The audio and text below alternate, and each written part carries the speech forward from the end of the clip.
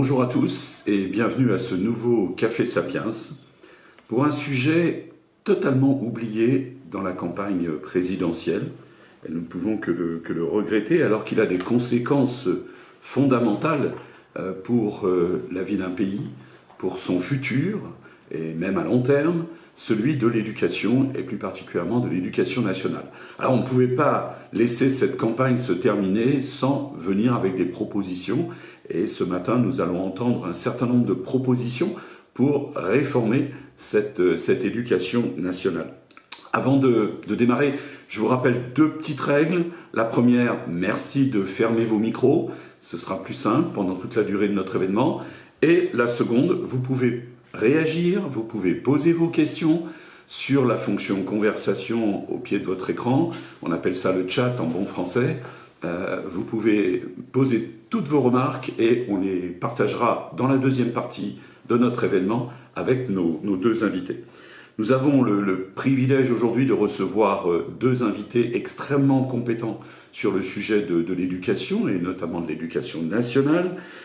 Tout d'abord, je souhaite la bienvenue à Marie Régnier, qui a un parcours d'ingénieur, qui est ingénieur de formation, qui est universitaire, professeur des universités. Elle a été plusieurs fois rectrice académique et en juin 2017, vous êtes nommée, Marie, conseillère éducation, enseignement supérieur, jeunesse et sport auprès du Premier ministre. Et depuis novembre 2019, vous êtes conseillère maître à la Cour des comptes. Donc merci d'être avec nous ce matin. Et je souhaite la bienvenue également à Pierre-Étienne Pommier. Alors, actuellement, vous êtes le CEO et le fondateur d'une société qui s'appelle Arago. Vous êtes un entrepreneur dans l'éducation et dans les médias numériques. Vous êtes diplômé en marketing de l'ICN, l'école de Nancy, la Business School de Nancy, bien connue. Vous avez développé le premier MOOC scolaire francophone. Vous avez lancé avec Pythagora une plateforme vidéo pour l'école. En 2018, le ministère de l'Éducation nationale fait appel à vous pour définir une stratégie nationale, cette fois, pour les plateformes, la production et la diffusion de ressources numériques. Et après cette mission, vous allez rejoindre l'Assemblée nationale où vous allez conseiller le groupe La République En Marche sur le développement de ces outils numériques. Avant de piloter, une autre carte à votre CV, avant de piloter pour le gouvernement le lancement de l'application Tous Anti-Covid. Donc un parcours très, très particulier et très tourné sur, bien évidemment, l'éducation et comment passer ces messages et comment faire changer ceux qui nous entourent.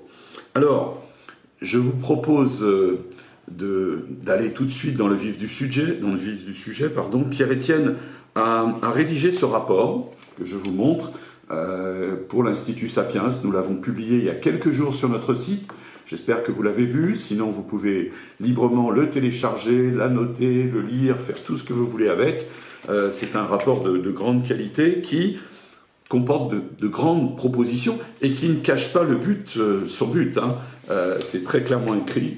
Le moment est venu de débureaucratiser l'éducation nationale. Quel programme? Pierre-Étienne, nous vous écoutons. Alors oui, débureaucratiser, c'est le sociologue François Dupuis qui définit ça comme en fait c'est une organisation qui est totalement centrée sur elle-même, c'est-à-dire qu'une entreprise peut très bien être bureaucratique, c'est pas uniquement le propre des administrations, c'est à partir du moment où en fait, finalement on s'intéresse uniquement à la survie de sa propre organisation et non plus à son utilité sociale ou économique. Alors malheureusement, moi c'est le constat que j'ai pu faire. J'ai travaillé durant 1 an et demi en administration centrale à l'éducation nationale, à la direction du numérique pour l'éducation, où en fait, je vais donner une anecdote, en fait, quand je suis arrivé, j'ai dit je m'occupe de la transformation numérique, je voudrais aller dans les établissements scolaires, voir comment travaillent les profs, les élèves, comment sont utilisés les outils, il y a eu plusieurs plans numériques, et vraiment sans blague, on m'a quand même dit « Oh, c'est comme la première fois qu'on nous montre ça, c'est quand même incroyable qu'on ait quelqu'un qui veuille aller sur le terrain, voir comment ça se passe. » Donc il y a évidemment des retours de terrain, des notes qui arrivent, mais la plupart des personnes qui travaillent dans l'administration centrale, en fait, et c'est même un statut pour beaucoup d'enseignants qui y travaillent. C'est presque une forme de fierté, en fait, de ne plus retourner en classe. Donc on est face à une administration finalement qui administre et qui administre pour administrer, qui crée des normes. On le dit dans le rapport à un moment donné, qui crée aussi son propre langage et qui au final est un peu très éloigné de son objectif qui devrait être de garantir finalement la meilleure organisation du système scolaire. Donc ce qu'on a appelé le mammouth à un moment existe vraiment malheureusement et c'est pas caricatural. Donc ça pose un certain nombre de problèmes et notamment ça renforce l'excessive centralisation du système scolaire français, parce qu'on pourrait aussi imaginer qu'un pilotage un peu dur, un peu puisse permettre justement de garantir une efficacité du système, de fixer des objectifs, de réduire les inégalités. Bien, on se rend compte qu'aussi c'est tout le contraire. Donc cette bureaucratie ultra centralisée conduit, et toutes les études internationales le montrent, à créer un système scolaire français qui marche très mal avec comme principale caractéristique d'être le plus inégalitaire du monde, ce qui est quand même un tout petit peu gênant quand on est la France. Donc une des propositions phares de cette note, c'est donc de débureaucratiser l'éducation nationale en redonnant un rôle beaucoup plus stratégique à l'État et en créant une gouvernance locale, des organisations locales, sur la base de quelque chose qui existe aujourd'hui, donc on n'est pas allé chercher quelque chose, créer un échelon supplémentaire, que sont les bassins d'éducation et de formation, qui correspondent grosso modo à une quinzaine, une vingtaine de kilomètres, ça dépend des zones rurales et de la densité, mais grosso modo les bassins de vie dans lesquels la plupart des Français d'ailleurs grandissent, vivent et souvent trouvent un emploi. L'idée c'est donc de décentraliser en partie le système en confiant à ces bassins d'éducation et de formation le pilotage de la vie scolaire avec un enjeu principal qui sera de garantir l'égalité et l'accès, en fait, les garanties d'égalité et d'accès à la réussite scolaire pour l'ensemble des élèves, des enfants situés sur ce bassin d'éducation et de formation. D'accord. Vous pouvez revenir 2 secondes sur le rôle que l'État garderait dans cette organisation. Vous avez parlé de stratégie, est-ce que vous pouvez redéfinir un petit peu, parce qu'on a presque l'impression que rien ne va changer quelque part. L'État garde une fonction stratègique, c'est-à-dire que c'est important, il garde la main sur les programmes, donc ça on peut prendre un exemple, mais qu'est-ce qu'il fait sur les programmes? Aujourd'hui on change de programme au gré des changements politiques et ça devient un outil finalement qui vient nourrir la dette, si je peux me permettre comme ça, c'est-à-dire que tout le monde est très content qu'il y ait des changements de programme parce que ça justifie en partie cette bureaucratie, alors que finalement on peut même se poser la question de manière un peu caricaturale, à quoi servent les programmes? Sachant que, à part mettre la pression en début d'année pour que les parents disent, les profs, « Oh, on ne réussira jamais à les finir, ils sont trop lourds, ils changent tout le temps », aujourd'hui, en fait, on devrait plutôt parler de socle de compétences à acquérir, d'objectifs à acquérir et des programmes qui changent comme ça. Donc, pour ça, dans notre rapport, on propose notamment que les programmes évoluent par petites touches chaque année, de l'ordre mais pas de big bang, pas de changement de plus de 10%. On l'a vu avec la réforme du lycée et les maths, on a frôlé un accident industriel. C'est-à-dire que là, pendant 2 ans, il s'est passé quelque chose où, globalement, il y a des élèves qui n'auront pas eu de maths. Et qu'une organisation soit capable de produire finalement ce genre de normes absurdes, ça devrait nous interroger. Donc, garder la main sur les programmes de manière agile, l'évaluation des programmes, tout ce qui est méthode en lien avec la recherche scientifique, notamment évidemment les sciences cognitives, et vraiment tout ce qui peut être méthode pédagogique. Et ça, c'est quand même important. Je pense que c'est important pour les enseignants, c'est important de le dire. Vraiment garder la main sur le recrutement des enseignants, leur formation, mais d'en faire un véritable enjeu, c'est-à-dire qu'on devienne vraiment excellent sur ces sujets, ce qui est très très loin d'être le cas. Donc s'assurer, et enfin mettre en place des outils de pilotage et de suivi, de faire en sorte que sur l'ensemble du territoire, eh bien, il y ait l'égalité qui soit vraiment assurée, que cette promesse de mise en place d'égalité des chances, qui sera essentiellement confiée au bassin d'éducation et aux établissements autonomes, eh bien, cette promesse soit tenue et que, évidemment, les principes qui sont les principes de l'école de la République, on peut citer notamment la laïcité, soient scrupuleusement respectés. D'accord. J'ai cru comprendre que vous parliez dans votre rapport de rendre l'initiative au terrain. Qu'est-ce que vous redonnez au terrain dans vos propositions? Ça peut être... l'idée, c'est que l'établissement aura une plus grande autonomie. C'est d'ailleurs pas mal de projets d'élection présidentielle, de candidats quand même parlent de cette autonomie. Et cette autonomie, justement, elle ne peut pas être possible dans le cadre actuel. C'est-à-dire que finalement, ces bassins d'éducation et de formation, ces unités un peu locales, elles vont permettre de donner les moyens aux établissements d'avoir leur autonomie. Et cette autonomie, elle peut passer d'abord, c'est un projet. Donc ce projet qui passera dans un cadre aussi pareil, qui va coller un cadre comme en partie national sur un certain nombre de principes, mais qui peut aller assez loin en termes de rythme scolaire, d'organisation du temps de travail, même d'organisation des cycles. Voilà, il y a des établissements dans lesquels voilà, il y a des écoles rurales où il y a des classes uniques, ça marche bien, mais peut-être qu'on gagnerait à dupliquer ça dans d'autres domaines. Le point clé, c'est quand même, à partir du moment où il y a un projet, c'est la possibilité pour les chefs d'établissement d'avoir le choix de recruter leurs équipes et donc qu'il y ait plus de postes à profil où finalement les chefs d'établissement pourront et les enseignants pourront choisir d'aller dans des établissements qui leur conviennent. De manière plus anecdotique, il y a des débats qui arrivent, moi je n'ai pas d'idée là-dessus particulière, mais le port de l'uniforme, voilà, on nous dit ce qu'il en faut et ce qu'il n'en faut pas. Ça pourrait faire partie d'un projet d'établissement, ça peut être intéressant. L'idée étant que ce projet corresponde aussi quand même à la fois ce que veut, entre en partie la population locale, que ce soit utile et que ce soit cohérent quand même avec ce que veulent à la fois les enseignants, les profs, et les enseignants et les parents d'élèves et donc voilà, d'avoir cette forme de souplesse en tout cas. Pareil, même sur certains enseignements, on peut appliquer, on parlait de programme, il y a quand même une réalité géographique, biologique sur certains territoires qui fait qu'on peut mettre l'accent sur certains types d'enseignements, notamment en sciences, tout simplement parce qu'on est à proximité de la mer ou de la montagne. Enfin, c'est des choses qui se font un peu en partie, mais aujourd'hui, et que les profs font de manière... beaucoup de profs le font d'ailleurs, hein, mais l'idée, c'est de pouvoir aussi le formaliser et d'en faire aussi... voilà, d'aller dans un lycée qui est un lycée proche de la mer parce qu'on aime la mer, ça peut avoir un vrai intérêt et aussi renforcer l'attractivité de l'établissement et aussi du métier d'enseignant. L'encourager quelque part. Exactement. D'accord. Marie, des réactions?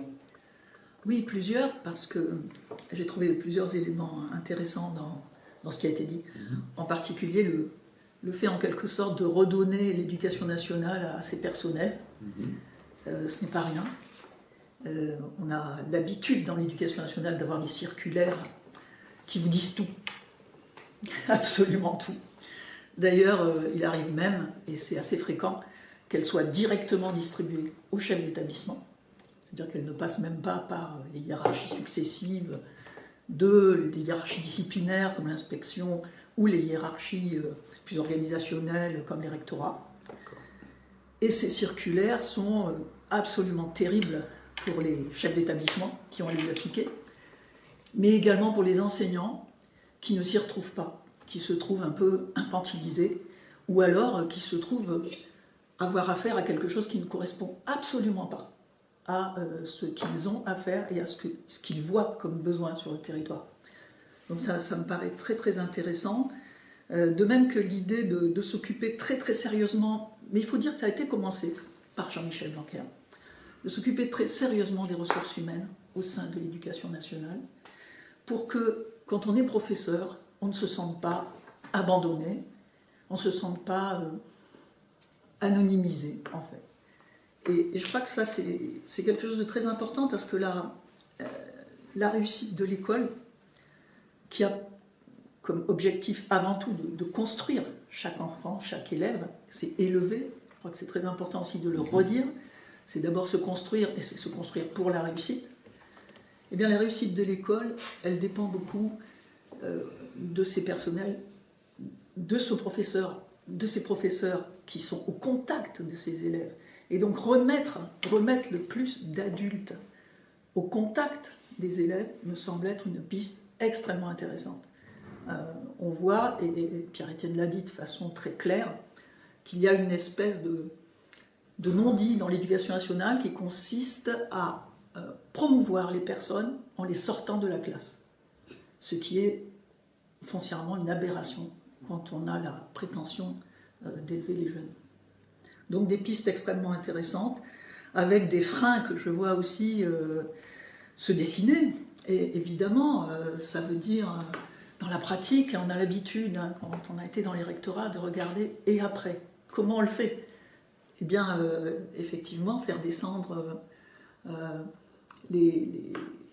tous ces administratifs des ministères qui connaissent très bien l'éducation nationale, qui sont une richesse énorme, les faire venir au plus près de ces bassins d'éducation-formation, ça me semble être une très très bonne piste, très difficile, mais très très très bonne piste.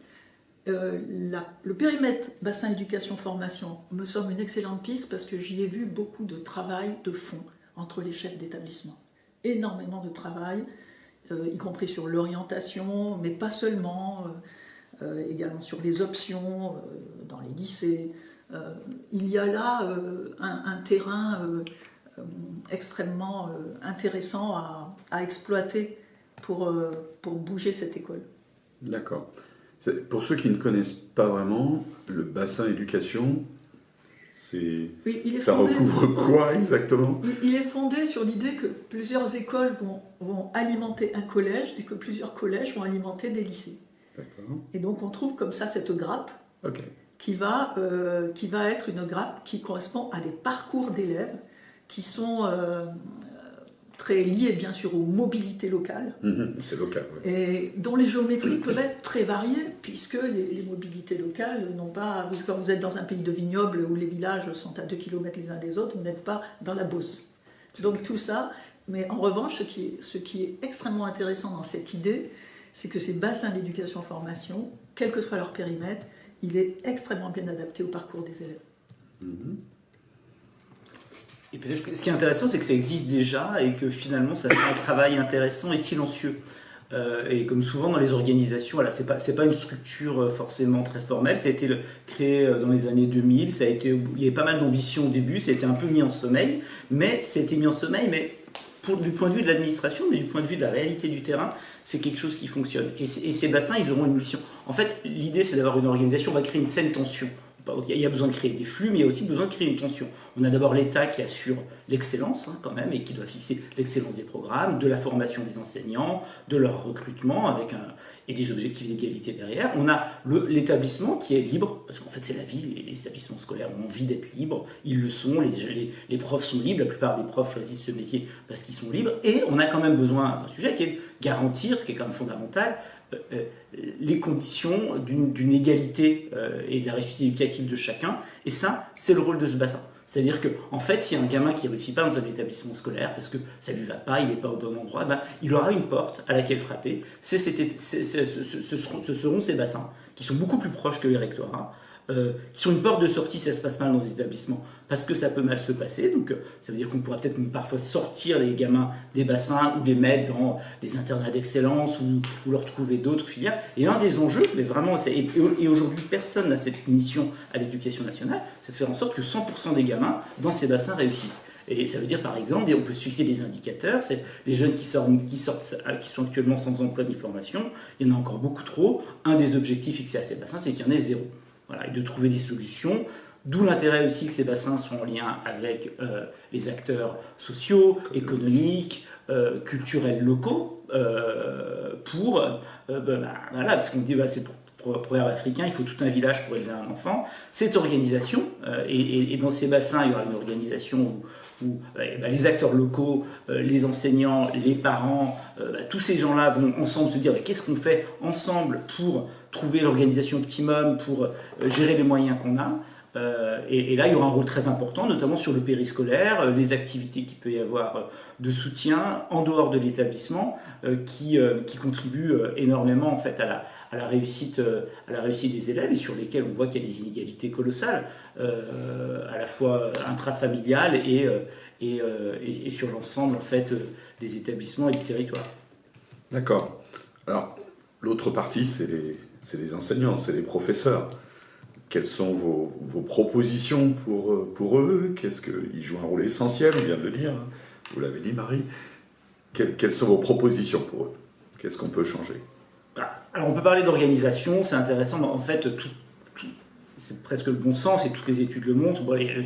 La qualité du système scolaire dépend essentiellement de ses profs. Voilà, c'est pas compliqué. Il peut y avoir la meilleure organisation du monde, s'il y a des mauvais profs, il n'y a pas de bon système scolaire. Et inversement, même dans une organisation qui est vraiment pas terrible comme la nôtre actuelle, on continue de s'en sortir parce qu'il y a des bons profs, et on a tous eu ici des bons profs, et c'est quand même un peu ce qui nous sauve. Donc l'enjeu, c'est qu'on continue d'avoir des bons profs, donc ça veut dire augmenter le niveau de recrutement des profs. Parce qu'aujourd'hui, on est quand même à un niveau, voilà, l'attractivité du métier a considérablement chuté, et dans des matières comme notamment scientifiques, mais pas que.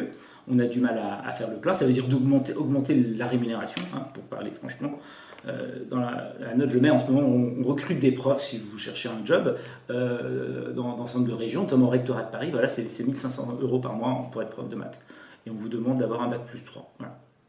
Sans aucune formation, sans rien. Donc vous imaginez un peu, on va mettre quelqu'un qui a... J'imagine. Voilà. Non, donc ça peut pas marcher. Ça peut pas marcher, mais aujourd'hui on en est là. On recrute des gens qui ont un niveau académique correct, une licence en maths, pour devenir prof de maths, sans aucune formation pédagogique. Ils vont se débarquer en classe. Je sais même pas si on va leur expliquer quel est le programme, ce qu'il faut faire, où ils en sont. Donc ça, c'est voilà la situation. Ça, il faut absolument donc revaloriser à la fois la rémunération des profs dès le début, hein, surtout au début, et leur niveau de formation, et les former tout au long de la vie, qui est quand même le sujet sur lequel j'en parlais avec Marie.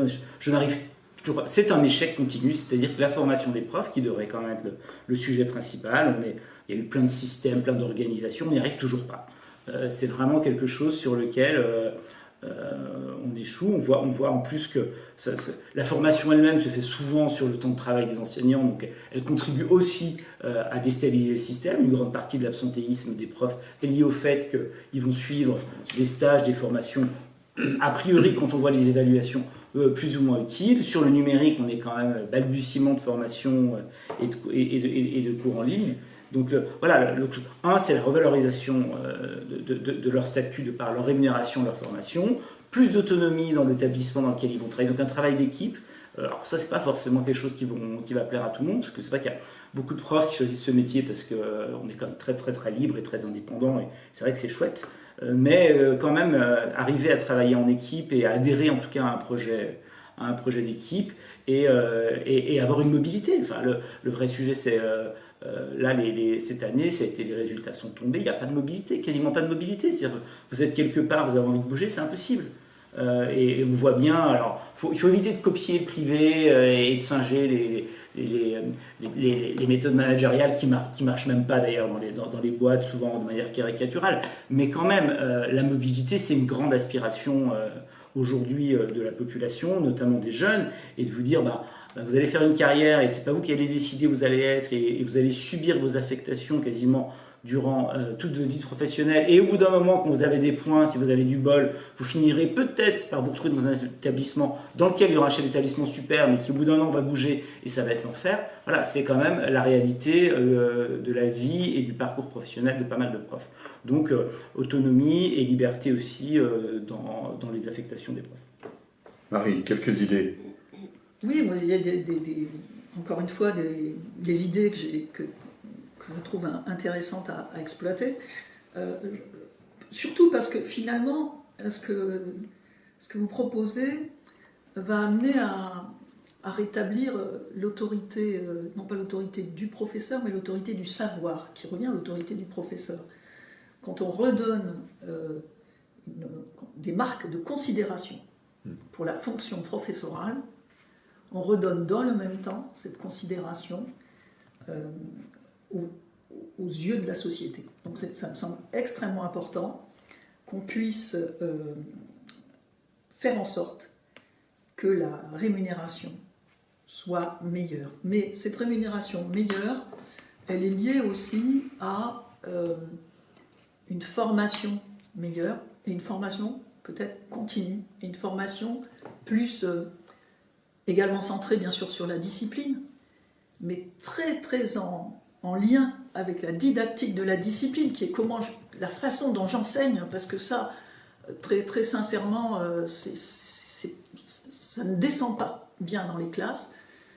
Et ensuite, également, la façon dont j'apprends à apprendre à un élève, parce que c'est le plus difficile, de créer cette envie d'apprendre à apprendre. Donc, être professeur, je crois que les parents s'en sont aperçus pendant le confinement. Être professeur, ce n'est pas instantané et c'est un vrai métier, il faut le reconnaître. Comment on donne des marques de confiance à ces professeurs? Je crois que là, il y a plusieurs idées à développer. dont l'une est celle de laisser un peu plus de liberté pédagogique, dont l'autre est de faire en sorte que le travail d'équipe ne soit pas un travail imposé, mais un travail co-organisé. Il y a énormément de façons de faire en sorte qu'un professeur puisse se sentir bien dans son métier, puisse se sentir surtout soutenu. Il y a toute la question disciplinaire qui est énorme aujourd'hui, avec un professeur qui doit pouvoir, quand il a été insulté ou humilié, dire bien non, je ne vous veux plus dans ma classe. Je crois que ça, c'est quelque chose... Alors c'est terrible, hein, je suis persuadée que les chefs d'établissement sont absolument terrorisés par ce que je viens de dire, parce que ces sorties de classe sont toujours très difficiles à gérer, mais il faut considérer que le lien de confiance qu'on peut avoir avec nos professeurs ne pourra se créer ou se recréer que sur la base d'une reconnaissance de ce qu'ils disent, de ce qu'ils pensent et de la façon dont ils ont de faire cours. D'accord. Merci. Il y a déjà plusieurs questions qui arrivent et je vous propose qu'on les prenne, comme ça on vient d'en parler, donc c'est une bonne occasion d'y répondre. Je vous invite à faire des réponses très très courtes, sinon à 10h30 on est encore là. On nous dit, excusez-moi, les syndicats acceptent-ils réellement le constat d'échec que vous posez? Et si oui, quelles raisons mettent-ils en avant par rapport à la nécessité de la débureaucratisation? Je pense que tout le monde participe au constat que l'école va mal. Ensuite, les syndicats sont des acteurs finalement de cette bureaucratisation, parce qu'en fait, leur organisation est elle-même calquée sur l'organisation centrale, ils dupliquent un peu cela. Une partie de la formation des enseignants, en partie noyautée aussi par les syndicats, c'est l'occasion pour les...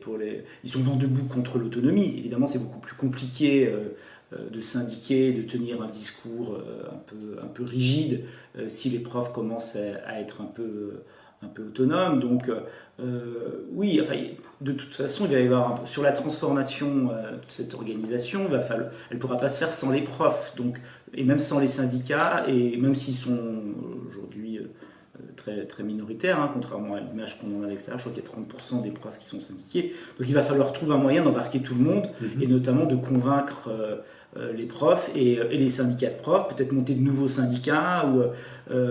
C'est aussi l'intérêt de ces bassins d'éducation et de formation. C'est-à-dire que si on discute de sujets hors sol dans des bureaux à Paris, au bout d'un moment, on finit tous par tourner en rond, alors que là, l'idée, c'est quand même de remettre sur le terrain les sujets et de voir comment on trouve des solutions. Ouais, redonner l'autonomie, voilà. Vraiment. Il y a une petite question, je ne sais pas si vous aviez pensé à cela. Le recrutement par l'établissement impliquerait la fin du statut de fonctionnaire pour les profs. Pour enseigner, a-t-on besoin d'être fonctionnaire? Bon, je vais juste reprendre une remarque sur les syndicats.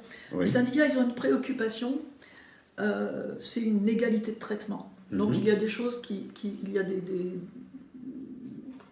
bases qui sont intéressantes et qui peuvent rejoindre les objectifs que l'on a sur plus de mobilité. Donc ils ne seront pas forcément des freins, ils seront extrêmement vigilants sur la façon dont ça va être fait. Je les ai côtoyés depuis suffisamment longtemps pour le savoir. Mais ils vont quand même être sensibles à la reconnaissance et à la reconsidération du métier. Donc il est vrai qu'ils sont organisés en miroir de l'organisation actuelle. Donc là aussi, il y a une restructuration, un repositionnement qui pourrait se faire.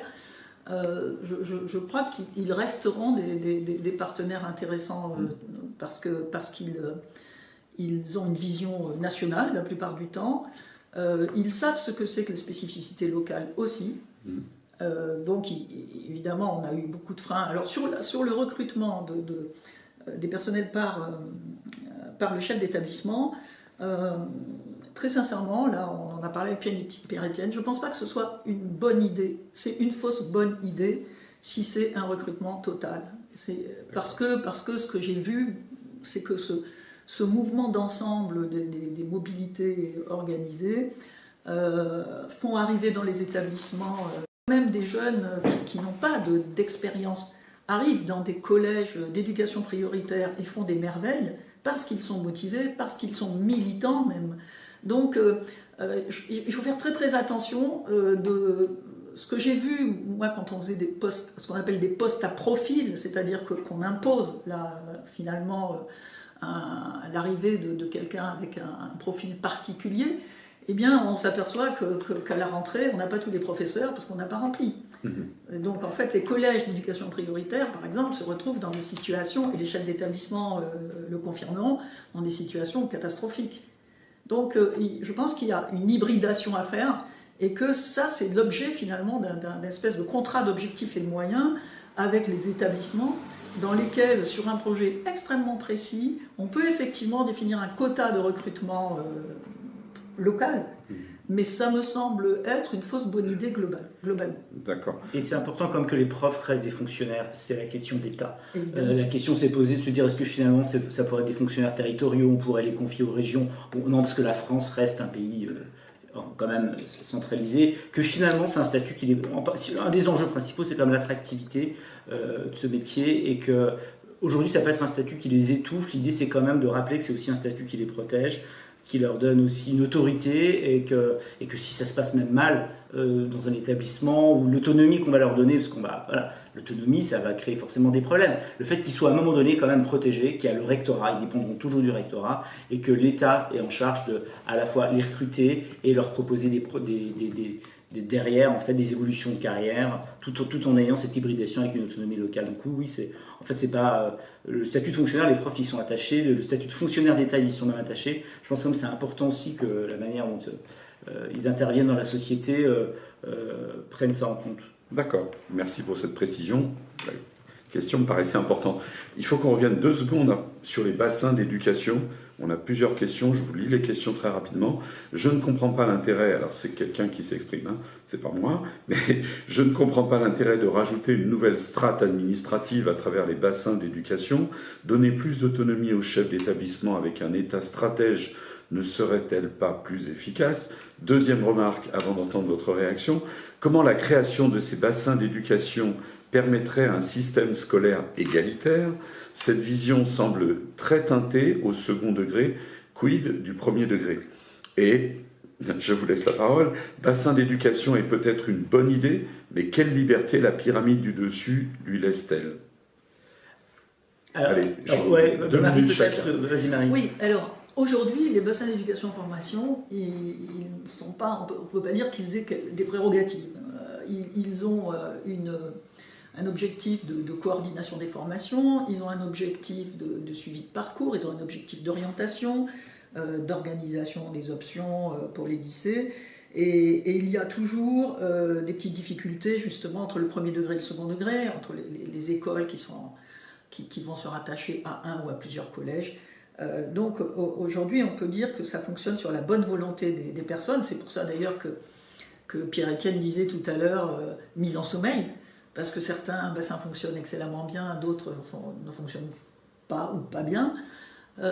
Il est très clair que vouloir redonner l'initiative au local, ça veut dire aussi vouloir redonner des moyens au local. Ça veut dire que ce n'est plus ce que nous on appelle la dose rectorale qui va absolument générer moyens, lycée, établissement par établissement, la dotation. Donc les projets de bassin ne peuvent pas être des projets d'objectifs sans moyens. Voilà, très clairement, si on veut redonner l'initiative locale, elle ne peut se faire qu'avec des moyens. Et si on veut l'autonomie des établissements, le problème c'est que souvent les établissements sont trop petits. Il y a des lycées, ça va à peu près, ils ont des tailles, mais l'objectif, cette autonomie, elle doit être un tout petit peu coordonnée, encadrée, et donc il faut une organisation locale. Cette organisation locale, la proposition, c'est de faire qu'on sorte soit ces bassins d'éducation et de formation, sachant que les problèmes scolaires se situent souvent au moment des zones de friction, comme on dit dans le numérique. C'est le passage d'un cycle à l'autre. Et donc, c'est tous ces moments-là, on voit d'ailleurs qu'il y a pu y avoir une accélération colossale d'une spirale d'échec scolaire dans laquelle les élèves sont entraînés, et la coordination aussi de moyens locaux qui sont importants entre établissements. Il faut apprendre à travailler en réseau. Donc, il ne peut pas y avoir d'autonomie des établissements dans le système actuel. C'est-à-dire qu'en fait, la bureaucratie ne permettra pas la création d'autonomie dans les établissements. Donc, on a besoin d'avoir, quelque part, une organisation un peu tampon entre les normes, appelons ça comme ça, fixées par l'État, et l'autonomie la plus large possible des établissements. Et pour ça, c'est en fait une organisation proche, bienveillante, qui doit viser à la fois à permettre l'égalité de la bonne distribution des ressources et en même temps d'optimiser aussi ce qui va se passer. Parce que, en fait, si chaque établissement fait ce qu'il veut dans son coin, c'est pas non plus... Voilà, d'où la nécessité quand même de piloter aussi une zone géographique, mais qui correspond tout simplement à la vie des élèves. C'est-à-dire c'est une organisation qui va piloter les mômes qui vont commencer à la toute petite école et puis qui vont derrière, et qui va jusqu'à faciliter leur orientation. Et qui donnera le droit de parole au premier degré. Parce que justement, c'est vrai que ces bassins, ils sont pour aujourd'hui encore très centrés sur collège-lycée. Et là, le fait de dire les écoles font partie de ce bassin et sont dans le contrat d'objectifs et de moyens, redonne la parole au premier degré. Et on sait combien l'ambition scolaire, elle est dynamisée par la connaissance de l'après-collège. C'est-à-dire que des enfants de l'école qui voient ce qui se passe au lycée sont en fait beaucoup plus motivés ensuite dans leur parcours de collégiens. D'accord, très bien. Alors, avant d'aborder le troisième point que j'avais dans ma liste par rapport à votre rapport, il y a encore une ou deux questions qui me semblent importantes d'aborder. Les cités éducatives reprennent le niveau du bassin d'éducation et l'ouverture sur l'ensemble des acteurs éducatifs. Faut-il élargir ce dispositif ou imaginer autre chose C'est un bon dispositif, c'est-à-dire quelque part, on pourrait appeler ça en termes technocratiques une préfiguration de ce que peuvent être les bassins. L'idée, c'est que ce soit généralisé. C'est-à-dire que la cité éducative aujourd'hui, c'est des actions ciblées, souvent dans des quartiers difficiles. Mais d'ailleurs, le terme est assez joli, le terme de cité éducative. Mais pareil, c'est aussi un terme assez urbain, et on a quand même un vrai sujet aussi de couvrir et de répondre à l'ensemble des besoins dans des zones qui sont des zones beaucoup moins denses que ces cités. Il faut créer du lien dans le rural, parce que c'est encore une fois, créer du lien dans le rural, c'est montrer de l'horizon aux élèves des petites écoles rurales. Et c'est extrêmement important de créer du lien dans cette ruralité. Il y a quelqu'un qui nous pose une question de fond et qui nous dit « Qu'entend-on par réussir ?» C'est une très belle question. C'est pour ça que je vous la laisse. C'est une très belle question parce que l'éducation nationale, elle n'est pas là pour faire réussir. Elle est là pour construire, pour que chacun se construise. Et très clairement, il ne faut pas confondre la conséquence et le but. Le but, c'est une construction de l'être humain. L'élève, il faut retourner à ce que l'élève veut dire, qui de toute façon conduira à la réussite. Mais il ne faut pas, à la réussite, entre guillemets, peut-être économique, peut-être intellectuelle au sens économique et intellectuel, mais en tous les cas, à l'épanouissement. Voilà. Mais l'école, elle n'est pas là, et surtout, vraiment toute la première partie de l'école, du primaire au collège, c'est vraiment une construction personnelle qui va mettre en exergue aussi les originalités. Chaque personne est unique et a une originalité. Justement, il ne faut surtout pas essayer d'aplanir tout ça et de faire le même élève. C'est pas le même qui doit sortir de l'école. Et il doit sortir avec une réflexion personnelle du lycée. C'est un objectif extrêmement ambitieux, mais la réussite, c'est pas forcément 20 sur 20 en maths, c'est pas forcément 19 sur 20 en français, parce que c'est assez rare. C'est vrai. Et puis je dirais être autonome quand même, c'est avoir la capacité à maîtriser son destin et non pas à subir. C'est-à-dire, voilà. D'accord. Alors dans le même esprit, quelqu'un nous dit, c'est très intéressant de parler de structure, organisation, mais quelles connaissances et quelles compétences voulez-vous mettre en œuvre? Quelles priorités, connaissances, compétences vis-à-vis des élèves? Connaissance. Connaissance. Au début, connaissance, enfin, connaissance culture. Si on ne connaît pas, on ne prend pas les bonnes décisions. Oui, après, les compétences, d'ailleurs, des compétences, quand on prône la connaissance, on a des compétences. Après, si compétence est pris au sens professionnel du terme, je pense qu'il est difficile d'avoir comme ambition qu'à l'entrée du collège, on sache déjà ce qu'on veut faire. C'est simplement pas raisonnable. Alors, je sais que certains pays le font, mais je serais triste si la France prenait ce chemin-là. D'accord. Mais il y a des connaissances, il y a des socles de connaissances, de compétences, et c'est relativement normé aussi au niveau international. C'est-à-dire quand on mesure, aujourd'hui partout dans le monde, quand on mesure PISA, on sait ce qu'on doit savoir faire en termes de calcul, de capacité de réflexion, d'organisation de sa pensée, de langue, à 15 ans. Voilà. Donc, ce que je veux dire, c'est qu'on passe beaucoup trop de temps. C'est Cédric Villani qui disait ça. Il disait, moi, les profs, ils suivent jamais le programme. Les bons profs, ils savaient très bien. L'objectif, c'était de me faire progresser. Et donc, on raisonne trop en notes, on raisonne trop, j'ai envie de manière très scolaire, et le programme est trop l'objet de discussions politiques. Alors qu'en fait, on devrait avoir finalement remettre en place. C'est le sujet d'évaluation de manière générale. Hein. On sait très bien on sait très bien ce qu'on doit savoir aujourd'hui à 11 ans, à 15 ans et à 18 ans.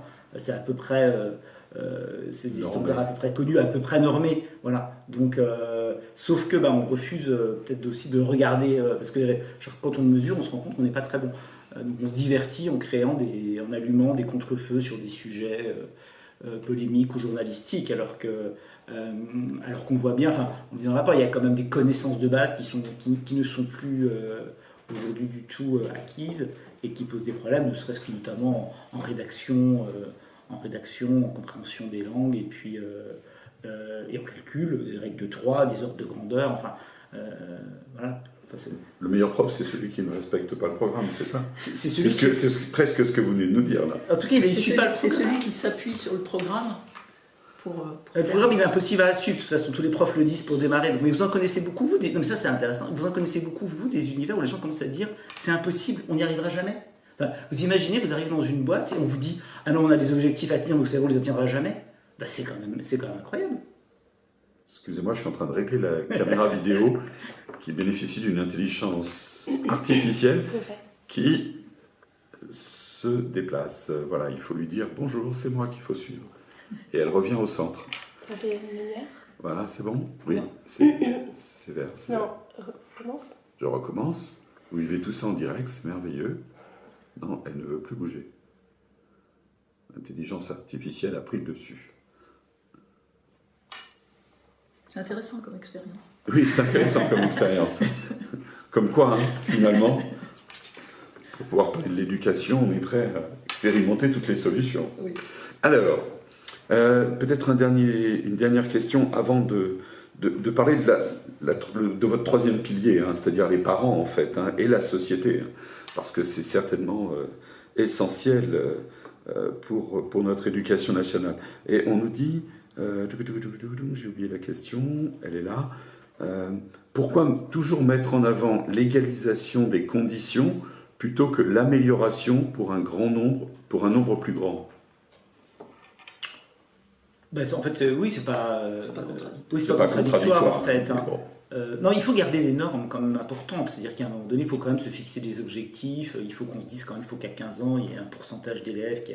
Et après, c'est la liberté et l'égalité pour chaque. Enfin, c'est de garantir. L'égalité, il y a plusieurs manières de faire l'égalité. On peut baisser, en baissant le niveau général, on augmente l'égalité aussi. Donc, l'objectif, c'est quand même de faire en sorte que chaque élève réussisse. Enfin, on réduit les écarts. On réduit les écarts, en tout cas. Mais l'égalité, je pense que c'est ce qui nous préoccupe, c'est l'égalité des chances. Et d'ailleurs, à ce sujet, la mixité sociale dans les écoles et les collèges et dans les lycées est un vrai sujet. Parce que l'égalité des chances, elle ne peut aussi se produire que dans un contexte et un environnement où chacun puisse échanger et avoir des ambitions. D'accord. Le troisième point, la société, les parents qui soutiennent l'éducation nationale. Bah oui, c'est-à-dire qu'en fait, une des conséquences de la bureaucratisation, c'est qu'on a sous-traité l'éducation nationale à une administration, et ça arrange pas mal de gens, hein, d'ailleurs. Donc les parents qui ont de l'argent, si je caricature, ils s'en foutent un peu parce qu'ils contournent. Ils vont y mettre leurs enfants dans le privé, ils se débrouillent. Donc finalement, cette organisation, elle est en partie subie par les ménages les plus défavorisés, ceux qui n'ont pas la possibilité finalement d'avoir des moyens privés, d'organiser eux-mêmes leur propre éducation. L'objectif, c'est quand même un peu de remédier à ça et de faire en sorte que les parents redeviennent aussi acteurs. Alors ça peut faire peur, mais quand on dit qu'ils deviennent acteurs, ils sont acteurs, mais ils ne sont pas clients. C'est-à-dire qu'à un moment donné, l'autonomie va donner aussi plus de responsabilités.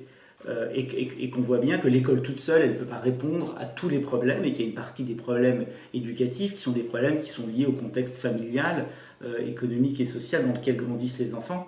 D'où l'intérêt de remettre les parents, de faire en sorte que et de gérer les problèmes au niveau local, parce que c'est pas exactement la même chose en fonction des quartiers et des zones. Donc oui, associer clairement les parents dans le cadre de l'évaluation des élèves au quotidien et des projets d'établissement, et puis dans le cadre aussi de toutes les activités périscolaires. Voire même dans le cadre aussi de l'équipement, de l'entretien des établissements, de faire en sorte que l'école, remettre l'école, enfin, les gens qui veulent mettre l'église au milieu du village, c'est l'école qu'il faut mettre au milieu du village, avec l'école qui est un bien commun, et en fait, si l'école est cassée, il faut la réparer. On espère que l'intelligence artificielle va nous suivre cette fois. Non, elle ne veut plus. Bon. Bien sûr, sur les parents, il y a eu énormément d'efforts depuis plusieurs années pour essayer de faire participer les parents. On a un décalage aujourd'hui de la société par rapport à l'école qui est phénoménal. On a aujourd'hui une société des bons coups, on a une société qui valorise opportunément le pragmatisme immédiat. On n'a pas une société qui valorise le savoir. Donc ce décalage, il est énorme. Et là, vraiment, les parents doivent en prendre conscience. Il en va du futur de leurs enfants. On ne peut pas toujours tabler sur les bons coups pour réussir une vie. Et les parents doivent aider l'école à redonner le sens de l'effort et l'intérêt de la culture. Et ça, le chemin est long. Oui, et on arrive à quelques questions sur le savoir-faire, ce que vous nous avez dit tout à l'heure quelque part, mais le savoir-être. Comment l'école peut jouer son rôle pour travailler le savoir-être? Ça fait partie. Alors avec les parents sûrement, mais ça fait partie d'un des. Quand j'ai parlé de se construire, l'école doit aider un élève à se construire. C'est dedans. Le savoir-être, il est dedans. Alors l'école est une très très très belle machine de socialisation, d'apprentissage, du respect de l'autre. Quelquefois évidemment, dans les cours de récréation, il y a quelques castagnes qui sont effectivement le fruit de la nécessaire adaptation. D'une adaptation infantile, on va dire. Oui. Il faut qu'ils apprennent. Et l'école apprend aussi à se comporter en société. On doit continuer ce travail qui est difficile, puisqu'on voit aujourd'hui que les rapports de force sont considérés comme des rapports normaux. Il faut quand même se rendre compte de l'état dans lequel on est dans cette société, dans lequel finalement on s'est éloigné des valeurs de l'école. Cette société s'est éloignée des valeurs de l'école. Et c'est pourquoi d'ailleurs les professeurs sont quelquefois accablés, il faut le dire, vraiment, quand ils voient ce qui est promu dehors de l'école. Il faut aussi savoir que les élèves, on les a très peu à l'école. Je ne sais pas si vous avez calculé le temps que l'on a consacré à l'école par un enfant. L'école ne peut pas tout faire. Donc si les parents ne sont pas là pour faire le relais de l'école, pour appuyer l'école, et pour faire en sorte qu'on rétablisse l'autorité du savoir et non plus une autorité en rapport de force, en débrouille, en pragmatisme instantané du jeu vidéo, si vous voulez. il faut promouvoir autre chose. Est-ce que le jeu vidéo ne doit pas jouer un autre jeu dans l'éducation, vous le spécialiste du numérique? C'est vrai que les élèves passent aujourd'hui plus de temps sur TikTok qu'à écouter leurs profs, donc ça pose quand même, enfin même en termes de manière de penser, d'aborder les choses. Voilà, on a l'habitude de choses qui changent toutes les 7 secondes, donc c'est très compliqué même sur la capacité de concentration, que les jeux vidéo peuvent avoir un rôle important à jouer dans la pédagogie quand c'est bien intégré, mais quand c'est pas subi. Sur le rapport aussi avec je pense qu'il faut aussi que le statut des enseignants doit aussi beaucoup jouer, la revalorisation du statut dans les discussions avec les familles. C'est-à-dire qu'il y a quand même pas mal de profs aujourd'hui qui sont dans certains cas maltraités par les parents d'élèves. Donc ça fait partie dont on dit du mal, pas forcément devant eux, mais à la maison. Ça, c'était des choses qui doivent absolument changer. Redonner de la place au savoir, c'est faire en sorte que le maître, l'enseignant, les enseignants aient un statut qui soit comme un statut valorisé au sein des familles, que les parents les considèrent. Ensuite, c'est sûr qu'il y a l'école, aujourd'hui, elle est quasiment minoritaire en termes de temps d'attention. Et ça pose un énorme problème. C'est sûr qu'il y a des inégalités très importantes entre les familles dans lesquelles il y a des livres, on discute de livres, dans lesquelles il n'y a pas la télé à table, et celles où les enfants ils sont devant leur tablette toute la journée à jouer. Donc ça c'est sûr que là aussi on peut pas. C'est pour ça qu'on peut dire que l'école ne peut pas tout régler toute seule et qu'il faut aussi en tenir compte. Ah, justement, il y a quelqu'un qui me dit la débureaucratisation implique-t-elle la mise en place de rythmes scolaires moderne, entre guillemets, au primaire? Parce que vous avez l'impression qu'il faut moderniser les adapter. Les alors, si moderne, c'est adapter. C'est la liberté, c'est-à-dire qu'effectivement, on voit qu'il y a des zones, selon la durée, selon le temps de trajet entre l'école et la maison, ça dépend vraiment des écoles. La durée de la semaine de 4 jours, de 5 jours. C'est des débats qui ont été clos au début du mandat, c'est-à-dire que l'autonomie dans le choix des rythmes scolaires, elle fait partie des projets typiques des établissements. Même la durée des vacances scolaires pourrait faire aussi l'objet en fonction des zones. Il y a des régions touristiques, des régions où il fait chaud, des régions où il fait moins chaud, il y a des régions riches ou pauvres. Les vacances scolaires, elles sont parfois trop longues quand on n'a rien à faire, et puis parfois elles sont trop courtes quand on a plein d'activités. Donc, il y a des réalités locales aussi, de certains collèges ruraux voient arriver des élèves qui ont passé 1 heure dans les transports, qui sont levés très tôt. Donc tout ça, oui, une adaptation, c'est beaucoup plus intelligent d'avoir une adaptation locale et d'avoir une souplesse qui permette de s'adapter aux conditions locales. On va raisonner comme dans les grandes villes, c'est catastrophique, parce que ça n'est vrai que dans les grandes villes, avec des transports en commun, et quand on est, dès qu'on est dans une ville moyenne, la réalité, elle est tout autre. Et donc, cette capacité que l'on donne de se caler, de s'adapter au local, peut être extrêmement bénéfique pour le rythme des enfants, extrêmement bénéfique. Alors, est-ce que votre projet permet davantage d'écoles?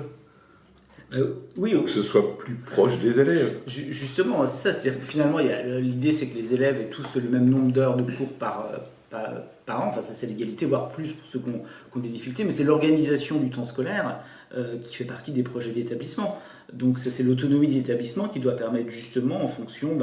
si on est dans une zone où il faut 1 heure pour aller à l'école, on organise le temps de travail pas exactement de la même manière que si on est à 10 minutes à pied. Et pareil, s'il y a des activités en pleine nature, extrascolaires à faire, c'est pas exactement la même chose que si on est dans une ville très dense, avec peut-être l'accès à des institutions culturelles. Donc, sans perdre de vue que l'école, elle est dans un système...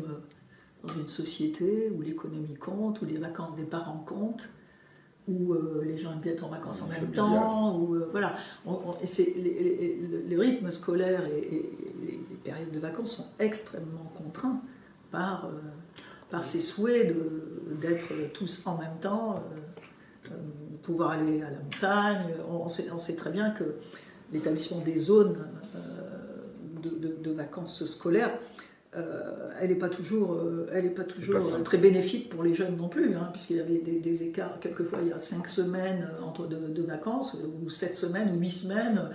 On a des contraintes. On ne va pas dire que l'école doit dicter le rythme à l'ensemble de la nation. Mais peut-être en tenir davantage compte. Que les vacances scolaires soient plus fixées sur le rythme des élèves locaux que sur l'économie des stations de ski, c'est pas complètement stupide non plus. Rien n'est stupide, c'est ça le problème. Écoutez, Marie et Pierre-Étienne, merci beaucoup de votre présence ce matin, de ces échanges. Hein. Le sujet est tellement vaste qu'il faudrait qu'on se revoie régulièrement pour faire avancer les choses, mais vous nous avez déjà éclairé avec beaucoup de propositions. Je vous donne rendez-vous le mercredi 4 mai pour le prochain Café Sapiens. On va laisser passer le week-end de Pâques. On aura le privilège de recevoir un neurochirurgien, le professeur Marc Lévesque, qui s'occupe du problème de la douleur chronique. Savez-vous que 12 millions de Français souffrent de douleur chronique? C'était une douleur de plus de 3 mois qui ne disparaît pas malgré les médicaments. Il y a beaucoup de choses à faire, notamment avec la technologie, qui peut éviter des médicaments, des traitements lourds et qui ne sont pas toujours les plus efficaces. Donc voilà ce dont nous parlerons lors de notre prochain Café Sapiens. Bonne journée. Au revoir.